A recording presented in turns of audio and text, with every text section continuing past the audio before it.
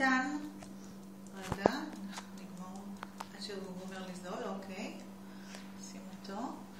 אם אנחנו רוצים לצפות את זה בסוכריות, אז כדאי להשתמש בשוקולד שהוא עדיין רטוב ולח, כי אחר כך אם שמים אותו על הכדור הקשה, אז הוא כבר מתקשה, אי אפשר לשים עליו. אם אני רוצה לפזר עליו סוכריות, אני צריכה לעשות את זה, כדאי לעשות את זה על קערה, כדי שאת כל העודף של הסוכריות אנחנו נוכל להשתמש בהם בשידור חוזר.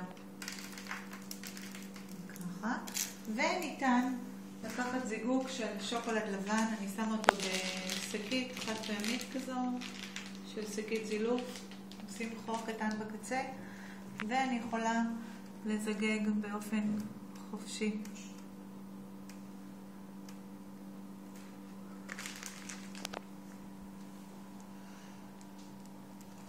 נביא את זה קרוב יותר, שתוכל לתמוך.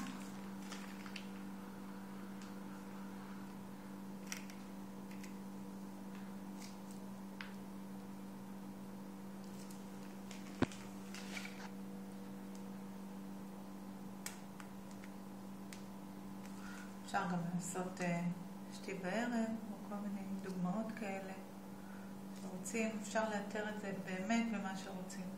הנה איקס מיקס כזה. זהו להיום, ונורא טעים.